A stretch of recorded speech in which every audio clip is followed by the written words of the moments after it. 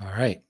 Thank you for being here, Jackie Tantillo, which is probably not the way to say it. No, it Tantillo. is. You got it. Tantillo. There we Right. go. Broadcaster, Yeah. stringer, voice actor, producer, production coordinator, and much more. Where do you think creativity comes from?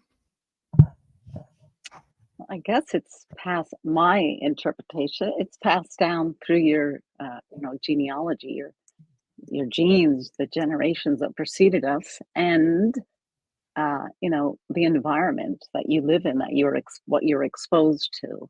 It's a combination of many, many things. The people you hang out with.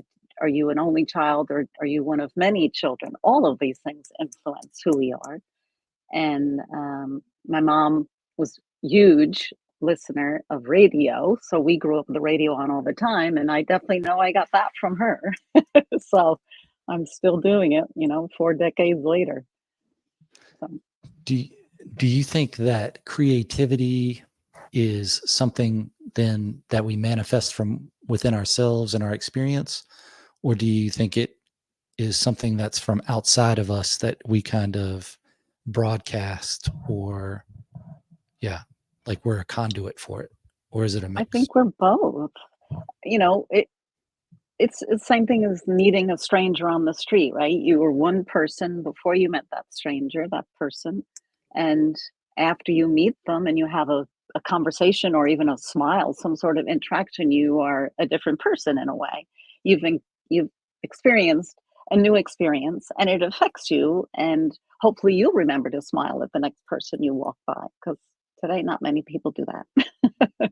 So I think it's an organic thing. I think I totally believe it happens every which way. You could pick up a magazine and get inspired by something. Say, "Oh, I want to study foreign languages, or I want to do art. That painting looks great. Maybe I could do that too." So I think it's all around us, or the things that we place ourselves, the environments or the experiences that we allow ourselves to explore. Why do you think, well, maybe that's the answer to this question then. Why do you think more people, some people seem to embrace creativity more than others? Well, I perhaps it's they got those genes, if that's the deeper integrity of who we are. Um, or they just allow themselves, maybe they had something growing up as a kid that they wanted to get away from, and they found their peace and quiet by either sewing or doing art, or they found woodworking. I mean, there's so many people that are so talented, and that neither parent did art or woodworking or any of those skills or arts, and then they found their own niche. And I think that's what's really important. I think we have to be grounded. We have to know who we are, right? My husband and I didn't get married till I was 36, and everyone's like, "What, are you kidding?" But I knew who I was. I knew who I wanted. So many of my close friends got married very young, and they're still happily married. Some are, some aren't. But I'm also the youngest of seven, so I had a lot of knowledge, handed down to me, um, from my siblings' life experiences. But it's really important, and I find it as you get older, if you have children, you don't have children, you have to be comfortable in your own skin. I think that's it's reasonable, and I don't know if a lot of people are comfortable in their own skin. Hmm. I, I wonder, this is obviously off the subject of creativity a little, but I wonder, did, did your siblings get married when they were younger, or is it more of a Some family thing? Or some got some eloped, some got married and didn't stay married, some eloped and then came back and got married in the church. We were raised in the Catholic Church, but spirituality was centered to all of our lives, whether we are um, avid churchgoers now, or the spiritual presence in our lives is ever present. And it's very, very important to all of us, regardless of how we embrace it these days.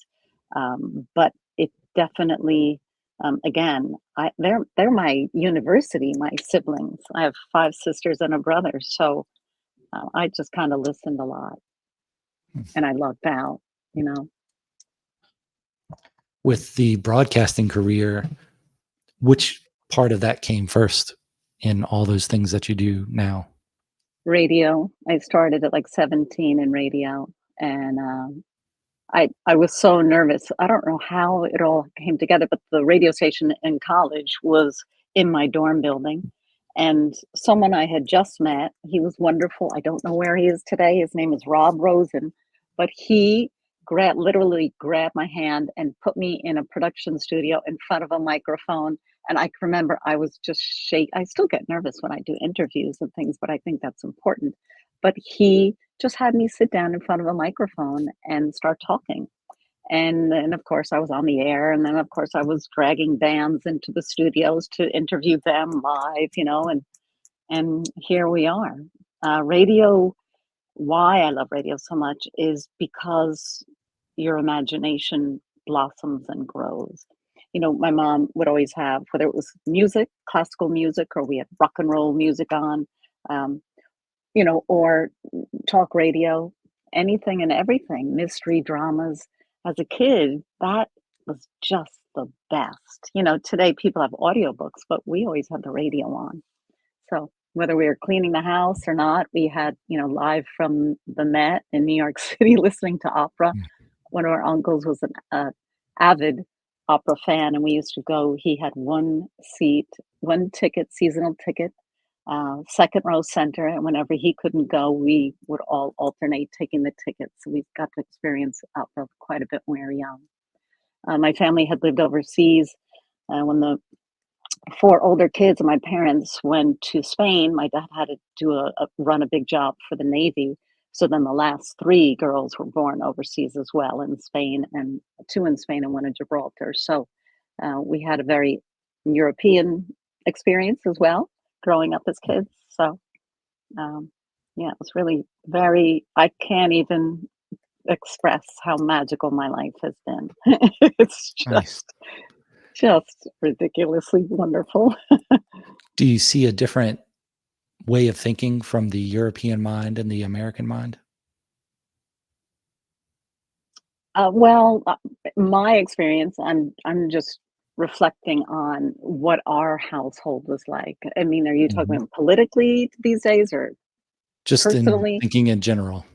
Yeah. Well, we were kind of different. I mean, we all sat down. The 9 of us sat down to dinner every night. We'd probably eat at like 8, 9 o'clock at night, and meanwhile, all of our friends are going out. Hey, can Jackie go out? We'd be like, no, we're eating dinner. We'd have fresh flowers at our table. We would have wine and water, or my parents would have the wine, and all 9 of us would sit down every single night and have this amazing a fish or a protein and vegetables and salad and discuss politics. And the candles were lit at the table. And after we ate our meal and sat for hours, then we would have serve coffee and fresh fruit. And my dad would peel the fruit and cut the fruit, and we would talk more. And then we would have to go clean the kitchen all of us together, clean the kitchen, finish our homework, and go to bed. That's a It's late like a night. movie. It's like being a Fellini movie. It was just really, really pretty great. I feel like y'all are doing homework at 2 in the morning then after We hours of a still dinner are. routine. I mean, I'm very much a lot of us are very much late night people. Our Okay. mom was up. She was an artist. She was started taking art classes when I guess when we all started getting a little older. So she would take some drawing classes, and then she loved to sew. So she would make a lot of our dresses for our proms and our communions and graduations and things like that. She was designing her own patterns and things. So she was up late studying foreign languages on a little, kid's portable record player while she was sewing. And she'd get up every morning, go to 8 o'clock mass. I don't know how she did it. I don't know how she did it. Her name is Linda. Wow. It's So pretty then great. when you were doing broadcasting and radio, when did you decide to get into podcasting? And is it that much different than radio? Well, there's many years. So it was like 12, 13 or more years on the air and doing the stringing for the ABC Rock Network. And then um, uh, changed, left the radio station and started freelancing doing voiceovers and on camera work. Then moved back into New York City and was doing a lot of voiceover work and on camera work. And then I was at WABC Radio in the city, in New York City, for 20 years as a female production director and the female voice of like 5 or 6 radio stations. So there's been different uh, stages and flow of my career. But then it was kind of like, well, I would love to be able to interview people again. So podcast, How did you podcast figure idea. Yeah, how how did did you I figure? figure the format for podcasting? Well, I mean, like I said, I've listened to a lot of radio and I've listened to so many interviews in different styles. But obviously, the theme, the topic is the hardest thing for me. Um, so it took a while, but I couldn't escape the fact that a mom was, um, she was just magical. Yes, she was human and she didn't get it all right all the time, but she was a real inspiration. She was extremely optimistic. It was the power of positive thinking. She was very talented. She was very, very, very smart. And she probably wouldn't like it. I'm looking at her photo right here in the studio, and she's probably like, "Why did you name it this? Why are you doing this about mothers?" But she I was intrigued with how hard she worked. I don't was it innate in her? She, at like 17, 18, was working at the State Department and moved to Peru. So she was the youngest of 5, grew up in Queens, New York. So she was quite independent and on her own, and then wound up getting married and having these 7 kids. So um, she just is this she's at the top of the list, to put it basically. She's the bomb, as I say. And our dad was phenomenal too. His name is John, and I don't mean to exclude fathers from my podcast. You should have listened to my mother. But they were a great team. And I think with a big bunch of kids, it was really helpful to have 2 parents in the household. And they were most concerned with us having a good character and being kind, um, experiencing and being connected with family. Those those characteristics that somehow today don't seem as important, but they really set the table perfectly for us. And now there's generations after us now that they embrace it wholly to be able to be with like 30 people at one time or just for dinner. It's crazy fun. It's crazy, but it's crazy fun at the same time. When you got the idea of starting the podcast, what were the first few things you did to pull it all together? Well, the first thing is obviously the technical aspect of it. So, okay, that you figure out the technical aspect, and then okay, what's the format going to be? And if you listen to some of my interviews from my first season, they're very different now. I've mine the show now is 30 minutes. Um, I let my guests talk and talk and talk because I hated cutting them off.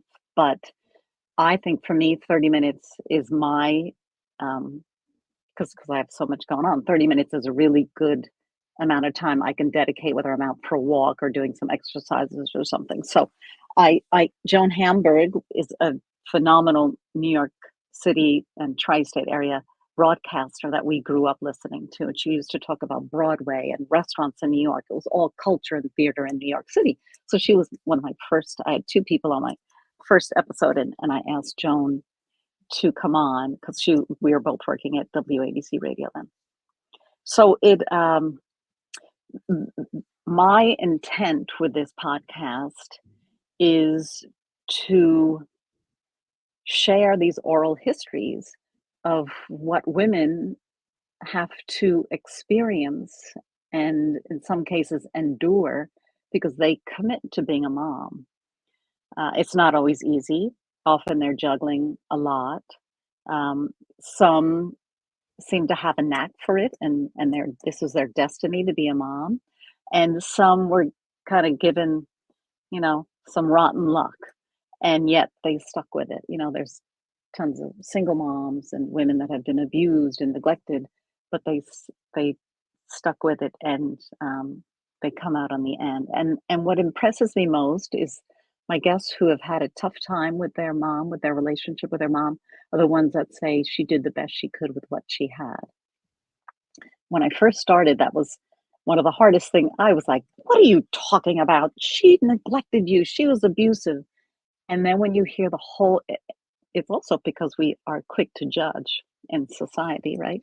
But once I explain the whole picture and you get an idea of what this one person, this female role model, is juggling, um, it can be brutal sometimes. It can be really, really hard. So I wanted the truths to come out so people understand how hard moms work, but also to share these stories so we could all learn.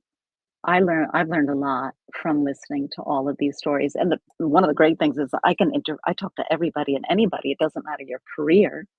It doesn't matter if you're a former Marine or if you're in politics or a lawyer or a publisher or an actor, because we all have moms, and I talk to people all over the world, as you know. Um, that's a gift that we get by hosting a podcast. So then the first things were your time, your topic, format is in there. What kind of Mhm. equipment did you start with? Well, because I was doing my voiceover work, I have a studio in my house, so I already had that part of it set up for the most part. Because whether it was work I did for ABC or for my freelance work, I just would come down in the studio and record everything. So that was a huge gift that I already had set up.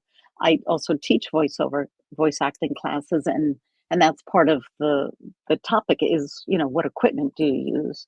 There's so many people that, they work out of a closet on their laptop, and the work is fantastic. It's professional quality, and if you have that good microphone.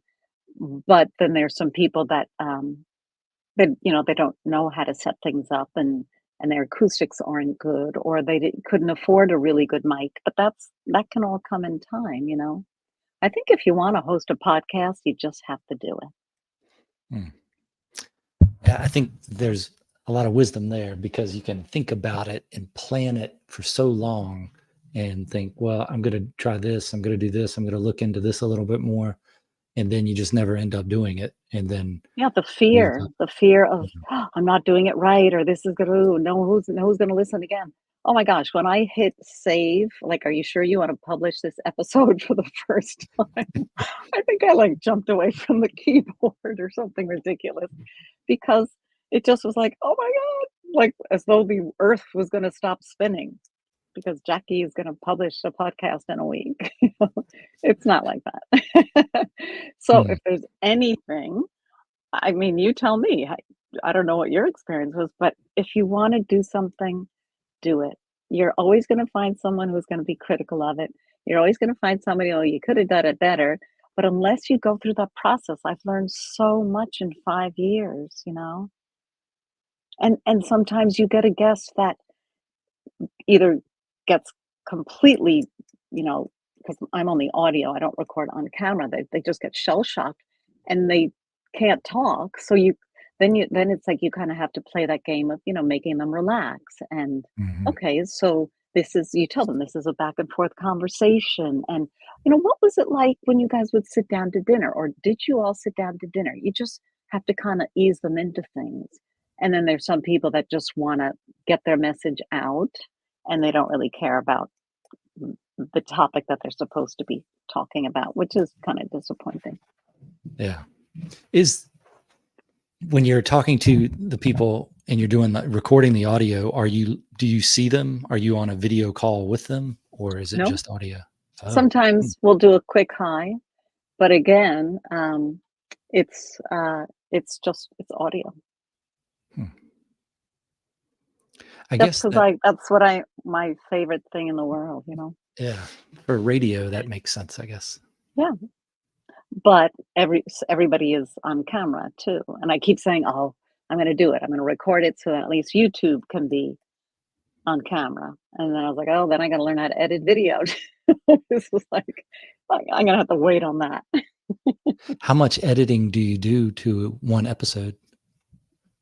I clean them up. I ask my guests, I tell them, and I think this is part of how I've learned to do interviews, interviewing someone live, like a musician or a rock star or somebody in person is different for live broadcast.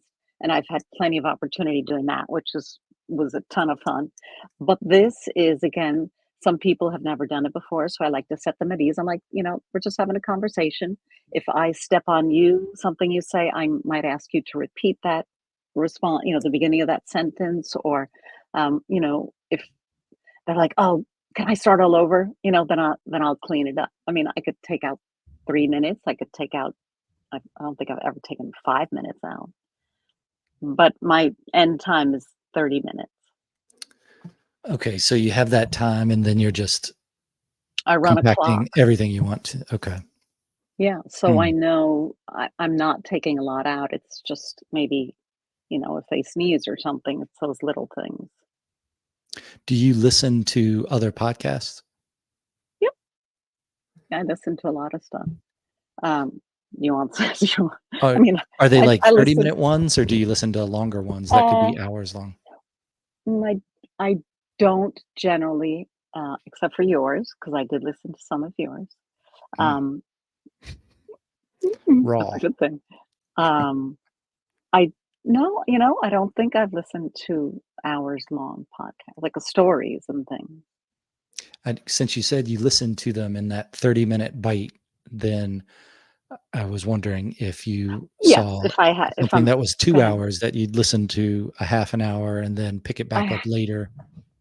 Oh yeah, yeah, yeah, yeah, yeah. If it's something I'm intrigued with, I don't think I've ever chosen a 2 hour or over an hour podcast. Usually it's I don't know why that is. Hmm. Well, now I'm gonna go look for some. But it's just easier for me because I have a bunch of different jobs. Um, I love the long form of a conversation between 2 or 3 people. I love getting different perspectives. I love saying, "Oh my gosh, I never thought of it that way," right? Because you heard different insight. I think that's really, really important. So then what are some of the podcasts you listen to? Oh, I knew you were Like, gonna ask me. yeah. Like, you're not listening to Joe And I'm not Rogan, I gonna guess, because no, that's hours no. long, but Yep. I mean, I listen to the New York Times, The Daily. I mean, I listen to uh, Kelly Corrigan. I listen to stuff from NPR, This American Life, and I listen to Smartless. And um, oh no, I'm going blank. I listen to a bunch of different things because Marie Manucherry. I listen to healers and holistic people, professionals. Um, cooking things, I like a lot of different things. yeah, when I was growing up, we had I remember black and white TVs and the switch to color TVs and the first VCR we got. I don't know if Mhm. it's because that's when VCRs came out or if we were just late to the game, but um, I used to listen to a lot of shows on the radio that were TV shows. So I would go, if you're going to bed early or whatever, because I didn't eat my vegetables, then I had to listen to Dukes of Hazard on the radio instead of watching it. Wow, I don't think I knew that was on the radio. Yeah, there was That's a fun. channel. Yeah, that was in Virginia. So Okay. and I can't remember all the radio stations then, but it was Channel 6 then, which is, I think it was On the CBS. radio, Channel 6? Yeah, Oh, it was a AM. certain channel you could get. I think it was FM, Oh, but we wow. had AM, FM Walkman. I mean, we didn't have a tape Walkman. Whoa. That was for rich people. We had the radio ones. But yeah, it's interesting to, I think that helps your imagination when you have to visualize things. Yeah, So it's kind of like listening to a radio show back when you gather around the and listen radio to radio. drama, they Yeah. sat around the fire and listened to Orson Welles. But that's So where I came from, my yeah, childhood, so I like the versatility of a podcast where you can have video and audio. So I listen to probably more podcasts than I watch, but there are times where I'll watch them just because they're either they have they're they're showing something like look at this clip or look at this diagram or whatever. mhm. And it's interesting also to see what people look like that you've just only heard. And then you're, oh, that's not what That's I was not what picturing they're at all. supposed to look like. Yeah. So I Oh my like that gosh, extra all the dimension of it. years. Well, I'm glad that you brought that up because probably the reason I listen to more audio is because I'm doing other things, whether I'm cleaning the house or I'm not driving and listening to a podcast typically, but um, I'm walking or I'm doing a cleaning the house or I'm doing something in the garden, and that way I don't have to stop and watch a video. You know, it makes it a little bit more convenient for me. Yeah. Uh, And the Doing the imagination, the power of the imagination, right? The it's voices, the nice. tempo, the cadence. It's like Uh, dreamy. the options are nice. That's why Yeah. when people have the audio podcast, even with talk radio these days, they'll have a camera in the studio, and it's not like Yeah. they're not set up in a video type. They're not playing to the camera. They're just doing what they normally They're do, doing what they normally do. Oh and gosh, it's getting recorded. ESPN, my husband's right, and they're all just looking over here.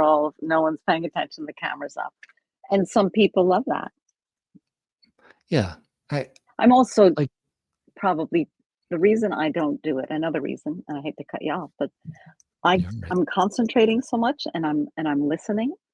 So I don't want to be down here going through my notes, and I don't like shuffling through papers and things when someone's talking to me because I like to listen. But for me to have a camera on me with my head down or my eyes closed, listening to the stories that they're sharing with me, that doesn't seem entertaining. Mm, So that's the biggest. I get distracted. I'm like, oh, I should be looking at the camera, but no, I should be listening to my guest and, you know, and that's in an interview, you're listening, and then the next question comes from listening to what your guest just said. yeah, yeah. It's easy to fall into the pattern of I'm going to write these questions down and I'm going to ask each of these questions, and then you become so Like tied to it rote. that you miss the conversation, You and missed you're what they just said, and you could have asked a great follow-up question. But yeah. that's, I'm like, why didn't I ask them this after that? But that's why I don't do the camera. That's the biggest part. Hmm. Maybe do the camera and then you just have like a different, like a backyard scene with wildlife or the street or whatever, Ah, and and then a people can look at stream. things. Can Yeah, look at them. something Do interesting. you are you interviewed on podcasts yourself? I don't think I've done one yet. I had a few scheduled and then they get canceled, so I haven't. Oh gosh. I don't think I've done one Don't. yet. Okay. Well, then you're gonna have to. Would you like to come on my podcast? Yeah, we'll see how this goes. Okay. Yeah, we could probably fit that in. The I do follow your podcast and I like it. I like the Oh, thank you. minutes is a shorter podcast that I don't normally. Well, I guess when I consider a podcast, I don't look at the time so much, and sometimes I look at the topic, and I'll listen to it, and it'll be like a 9-minute podcast. I'm like, whoa, that was over quick. And then I'm used to like the Joe Rogan ones or the longer form of they can go 3 or 4 hours. I'm not Mhm. sure if I would do a podcast that long. I think I've had a few that were over 3 hours, but I mean, the only people that watched that or listened to it was me and the person that we didn't even Oh, watch it after. We were just there when it was getting recorded. So there's no views, but it's I'm it sure plenty of people watch it. You're just being modest. tens of people have seen it. There's the ebb and flow to the conversation where 3 hours into a conversation, you're talking about different things than you would have in that first 30 minutes. Yeah. So is it much different, or do you see a lot of difference in podcasting with your 30-minute format versus on radio interviews where you only had a few minutes to talk to somebody? Do you get into different topics or Yeah, feel differently because about them? yeah, I mean, I try and stay connected to the podcast and honor the theme of the podcast, but you can easily tell. I mean, I tell my guests 20 between 20 and 30 minutes. And if a guest is having a tough time really opening up or sharing the stories, if they seem uncomfortable, then I don't have a problem, because if it becomes like I'm pulling teeth, then that's not working for anybody, right? So Yeah. I'm sensitive and aware of how my guest is feeling. If I can sense that they're being reluctant with sharing a lot of truths about the relationship, even though they agreed to come on the podcast, then I have no problem.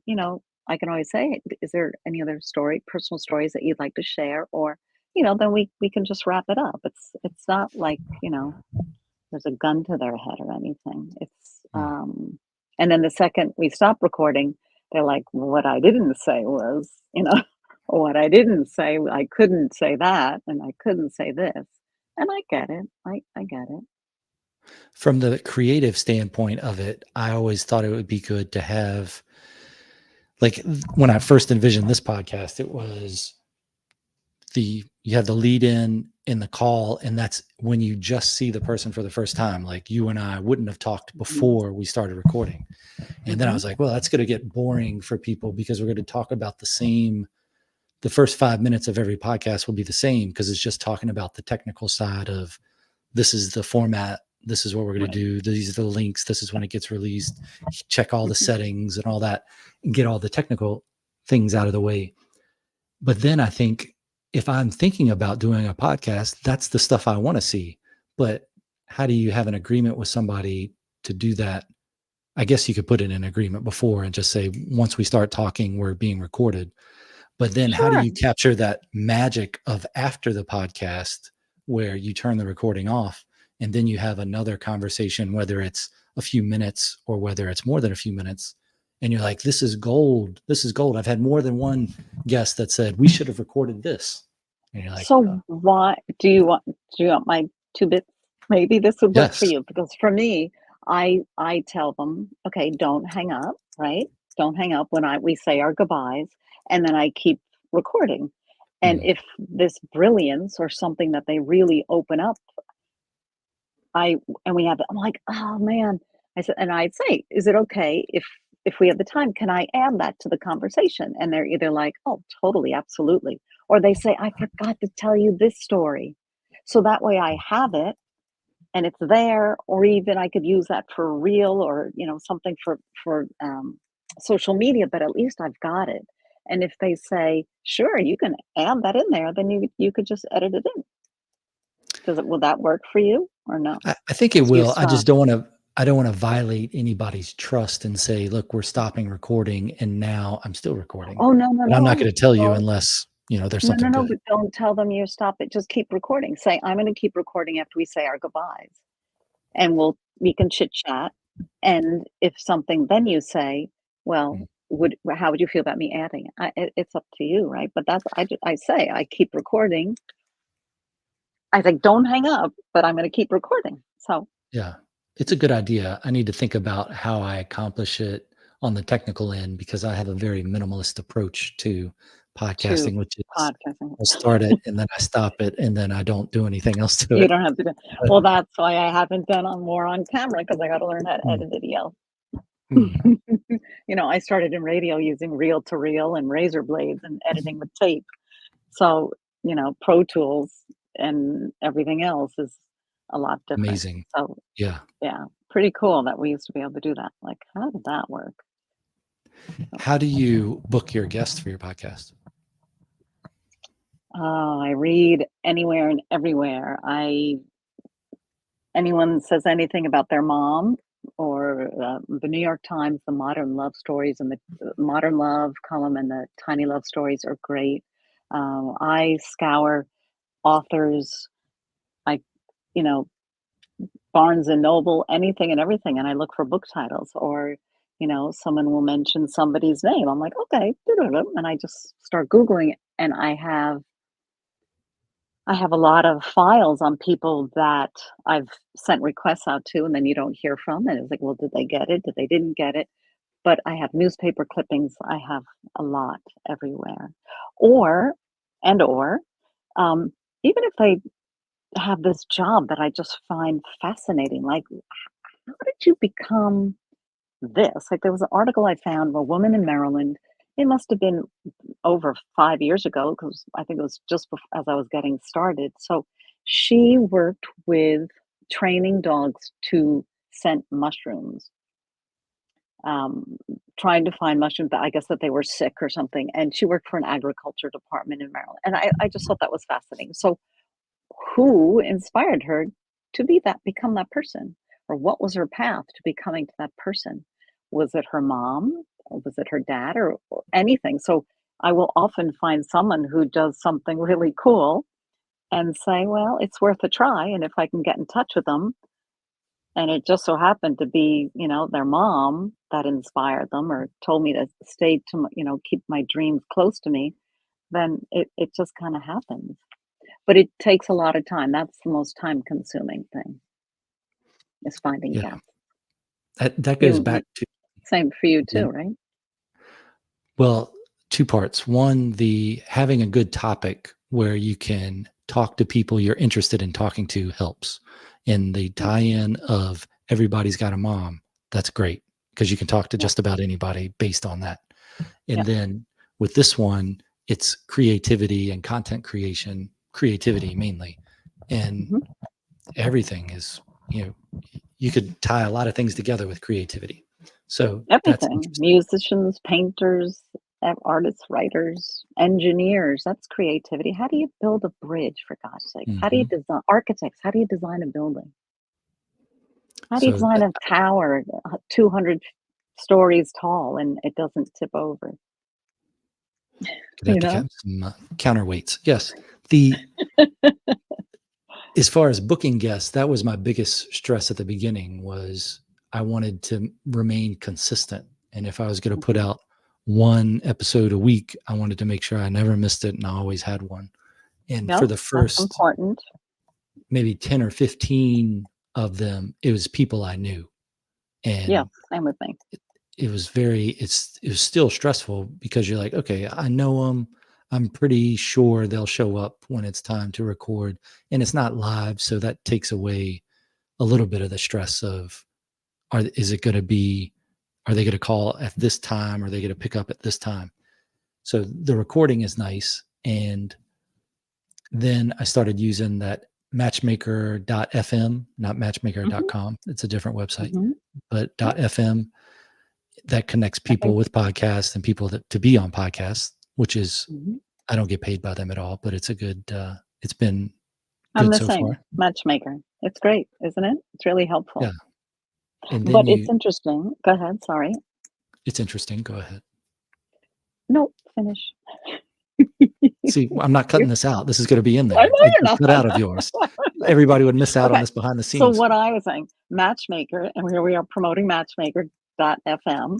If you're a podcast host and you're looking for guests, the thing is that they will send me emails recommending people that have things in common, right? You list Mhm. certain themes and conversation topics that possibly other people would be interested in sharing with you. But I don't necessarily go to that group. I just scour everybody on that platform and find out what they do. And if it's like, oh, that's really cool, then I interview them. I don't stick to the people that talk about art, philosophy, family. Those are the genres that I guess I put in Right. I think, and that's when I find people that are like, "Wow, this is so cool." What's your success rate of people that you reach out to that actually contact you back and then maybe expressed in a percent? And then the amount of people that contact you back that say they'll be on that actually are on? That's a lot of question. I guess a I got a pretty high rating. I don't know what the percentage for Matchmaker.fm. I usually get a response saying yes. Not always, but a pretty high response. It's when I reach out to publishers. I mean, there's a couple of Simon and Schuster publishers that I have interviewed authors, so they kind of know my style. They know the quality of my work and that I'm authentic. I'm not, just I'm a professional. So, and sometimes I can't find a way to contact somebody. That's the hardest thing for me is, do you reach out to them on social media? Do you message them? Do you, PM them, DM them? So that's the harder stuff, or it takes time, or a publisher will say, you know, um, they're interested, but their schedule is crazy. Can I get back to you?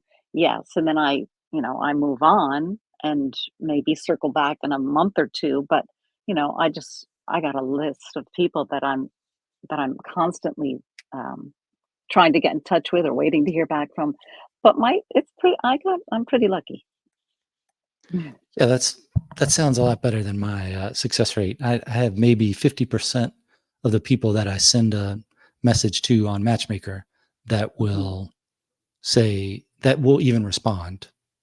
And Oh, that then, makes me mad. That's yeah, disrespectful of they just everyone don't. of our Yeah, time. people. But then of that, it usually I get a lot more people that contact me and say, "Can I be? I think I would be good on your show." So that I've That's been going through great. a lot of that. Yeah, that's good. That's And it's wonderful. not some of them maybe not normally ones that I would go, maybe we could have a conversation, but Mhm. and then when you get stacked up with those and schedule it however you schedule it, maybe that's some discussion for another show, but you get that organization going and then you're like, well, but I'd like to talk to a poet sometime or an artist or, Mhm. you know, Oh, you just and then interviewed a poet not too long ago. you try to find those. And then that's where my success rate's about 50% of just responses. But Mhm. the I didn't think I would be as disappointed when people say they'll be on, you plan everything, and then the time comes to record. You send them the link or however you get connected to I be mean, able the to the record it. link right before the show, that Yep. they don't And wow, then they and just they don't don't show up. And respond? you're like, oh, that's when Oh, you go, man. that's And unfortunate. then Hmm. you know, you continue on with life, but it's that's more disappointing than I thought because you get to the point where you're like, I'm looking forward to talking to this person about this Sure. topic. You've done a little Mhm. bit of research about it, not so much that you're sick of it, but Well, we spend time getting ready, right, for the interview. So how because when we were first in contact, it's been a couple of months, like March. It was a couple of months. Are you that far ahead for everybody? I'm Is scheduled that the through problem maybe? September. Oh my That's an gosh. interesting question. So then Well, that'd be why my question what for are you you. complaining about? You're booked up until September? Oh my gosh. I I mean, think that's well, pretty amazing. I started with three. I could do three since it's released on Wednesdays. I had it set up to do 3 episodes every week. And then I did that for a couple months and I was like, okay, this is like a job. I know. So I You gotta be wonder if I careful. do two or one, how that is. So I'm in that phase now of seeing how that goes Okay. and trying not to stress so much about I have to have three, I got to move this A week. around. And then I try to have dedicated days to recording instead of just saying anytime I'll record it whenever I can, of just Mhm. recording on certain days a week. And Well, do you go ahead. I Sorry. think my theoretical maximum would be 4 episodes a week comfortably, but that is like a job.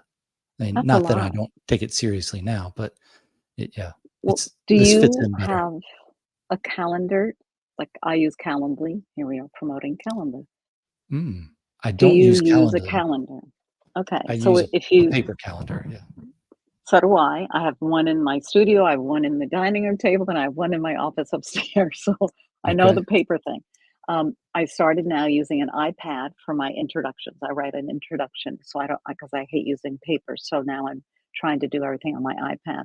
Um, but Calendly, there's a plan that you can choose that's free, and you put your availability in, and this is for any and all podcasters. And this is just one. I'm sure Google has something or whatever.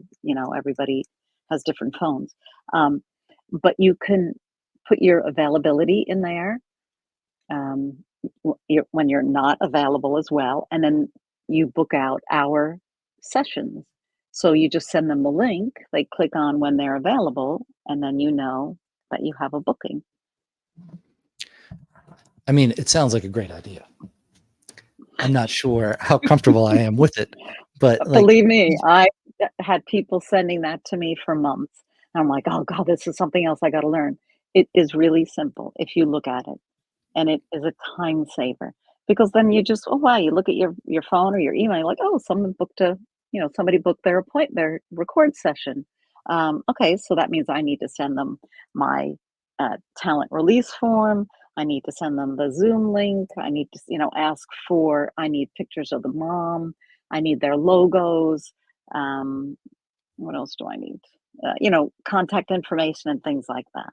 So I have a lot of interaction with my guests before I actually record. So it's constant upkeeping, and maybe that being in touch with them more would have them not forget or not show up when it is time to record for you. I don't know. It's a thought. I like the being in touch with the people before. I think we have probably 10 or 12 emails just between us scheduling this, Hmm. like Hmm. back and forth. And that's why in my head why I don't use Calendarly, because I'm like, if I can't get a person that can respond to an email, how do I know they're going to show up at a time and place when they say they're going to show up? And I guess you never know, but you get a little feel for it better with the But email knock exchange. on wood, I've had a pretty, and the only thing I use Calendly for is for them to book the record session. Hmm. Otherwise, it's email. And I need their cell number because if Zoom or there's a technical glitch or something, is I need to be able to text them and say, hey, can you hang on for 3 minutes? I'm not blowing you off. I just can't get something working, or I, Hmm. stub my toe and it's bleeding, whatever. Or they have a Likely last story. minute Mhm. a last minute problem or issue. I don't know. That's how I work. That's all I know. All I can say is from my perspective because I get that is offensive to me that people don't show up. That that is not professional. So I'm trying to figure out Yeah. how you prevent that from happening, and other podcasters to learn how to not let that happen. It's I think you got a pretty great thing going on though. So holy smokes. it's going along pretty well. It's I often go, "What am I doing with all this?" I don't know, do you have those moments where okay, good. Yes. So, I think it's everyone, but Oh my gosh, so much. Like, why am it's I doing I think that a lot. Well, maybe not a lot, but every now and then I go, what am I doing this all for?" And then you talk to somebody that's interesting and you go, "Oh, that's why I'm doing it." Even if nobody else listens, that's still worth the time, I think, to talk to someone about creativity or something they're passionate about, see their perspectives on it. So Yeah. It's I also when we're talking about creativity, and I've been so lucky. And I say to my boys, you're exactly where you're supposed to be in your life. Sometimes we're like, what are we doing this for? This is ridiculous. It's a waste of time. I'm not doing what I should be. But all the different paths I've taken and the different jobs that I've had, whether it was corporate production or working in a radio station or teaching voiceovers, there's that one interaction with other people. But it also, it makes you who you are today and at this minute. I mean, the voiceover classes that I get to teach at Montclair Film in Montclair, New Jersey are wonderful. And it's everything from teenagers to adults, right? Retirees. Um, and to see them excited about a dream of maybe them being able to do a voiceover job or any kind of character read or anything, something they've always dreamed of, that is just magic to me. So there's so many different sides of us, and if we take that chance of trying something new, I first started, I guess, right before the pandemic or something, and everything had to be virtual. And it's like, how do I deal with 15 people on a Zoom class and they get to take enough time for each of them to read copy and understand what I'm saying? But it is amazing.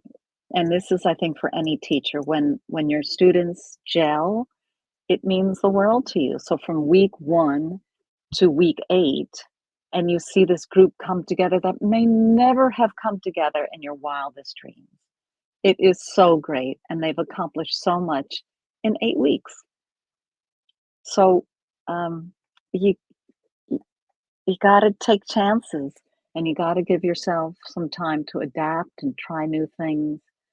And you know what? If one day is not so good, the sun always comes up tomorrow. Hmm. Yeah, and if it doesn't, there's larger problems. So, all right. Yeah. This is it's good information. I could talk to you a long time about podcasting and Mhm. broadcasting. It's so I know fun. you have time limits because we've already gone over the time limit that you would listen to the podcast. So that's tough. But it's That's what's the not best right. what's the best way for people to follow your work and see your podcast and all that? Oh, well, they can find it pretty much on every social media platform, either under Should Have Listened to My Mother podcast or under Jackie Tantillo. Or, you can follow me on Instagram, Facebook, LinkedIn, Twitter. I think that's all of them. Should Have Listened to My Mother podcast or Jackie Tantillo. Okay. I have a lot of those links in the show notes so people can go to those and see them as well. Oh, great. Thank you Thank very you. much for your time. Um, best of luck in future endeavors. Do you have any thoughts in closing? How do you wrap up your podcast? Like, how do you wrestle through that? I guess that's what I'm still looking for. Well, it's interesting because that's come up with my sisters. They're like, the takeaway. A lot of people do that, or to sum it all up, or oh, I don't have a tagline like that. I don't have a Mm. closer. Like, so in what was your mom what made her stand out more than others? I don't do that. But what I do is I talk about their mom, my guest mom, and the relationship, and then I promote what career they or what they're working on. Are they a podcast host themselves? Are they an entrepreneur? Are they a healer? So we talk about that, any books or new things coming out, and then it's a kind of a natural conclusion. So Kind of like this, I say, guess. yo, time's up. No, I All right. don't say that. I don't say that. It just it's a it's just a wonderful close. I don't think too much about it. When you're hanging up a telephone, from a telephone call, do you have to summarize the conversation? I don't. Yes, I always summarize a conversation under 3 parts. You're very funny, TR. All right. So Oh, you've got something some like that. teaching to do tonight. We've talked Thank about you. your where we can find all the information about you that's public, and Yeah. that's in the show notes for people that are interested. Thank you Mhm. again very much for your time. And I'll talk to you on the other side of this musical exit, which I'm telling you, I'm not going to be recording. So you can really be honest No, there. you are going to keep recording just so Yeah, we have the rest of the conversation later. that sounds like a lot of work. Okay. All right. Thank you very much for your Thank time. I'll you. talk to you. Thank you.